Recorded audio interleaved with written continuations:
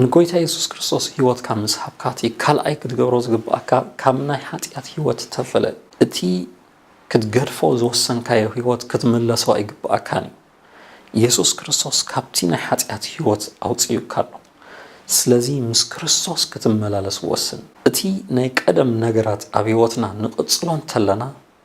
በዚ መገዲ እዚ ንሰይጣን መገዲና እድል ኢና ንህቦ ዘለና መርገፂ ይረክብ ምእታዊ ይረክብ ኣብ ህይወትና ድማ ተሳዒሩ ከሎ ከም ገዛኢ ኮይኑ ክመልከና ይመጽእ ስለዚ ናቱ ዘበለ ኩሉ ክንገድፍ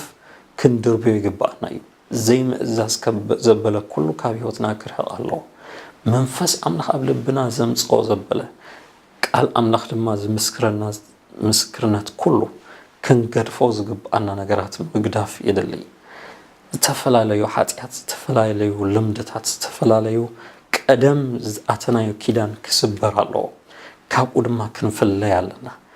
ዘይተፈለየ ሰብ ናብቲ ናይ ቀደም ሓጢኣቱ ናብቲ ናይ ቀደም ጥፍኣትን ጭቃን ዝምለስ ሰብ ብኡ ኣቢሉ ድማ ንጸላኢ ንሰይጣን እዩ ዝዕድም ዘሎ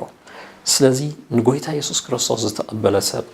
ዝተነስሐ ሰብ ብኣፉ ጥራይ ከይኮነስ ብግብሪ እውን ለውጢ ከመጽእ እዩ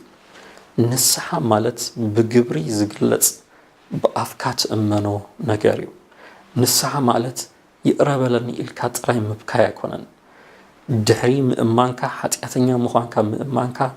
ብግብሪ ድማ ካብቲ ሓጢኣት ትፍለይ ኣምላኽ ብዝህበካ ጸጋ ናይ ክርስቶስ ጸጋ ኣብ ህይወትካ ብምዕዳም ክርስቶስ ብዝህበካ ሓይሊ ካብቲ ናይ ሓጢኣት ልምዲ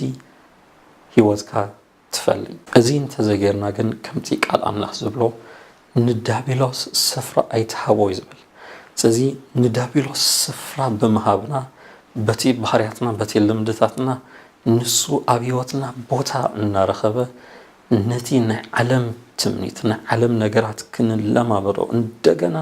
ናብ ማእሰርቲ ክንኣትው እንደገና ናብ ክሕደት ዘምርሕ ህይወት ድማ ክንቅጽል በቲ ዝሃብናዮ መገዲ ኣቢሉ ክገዝእ ይጅምር ቦታ ኣይትሃቦ ካብ ህይወትኩም ስጎጎ ተጻረርዎ ንዳቢሎስ ተጻረሮ ናብ ንኣምላኽ ግን ተገዝኡ ይዝብለና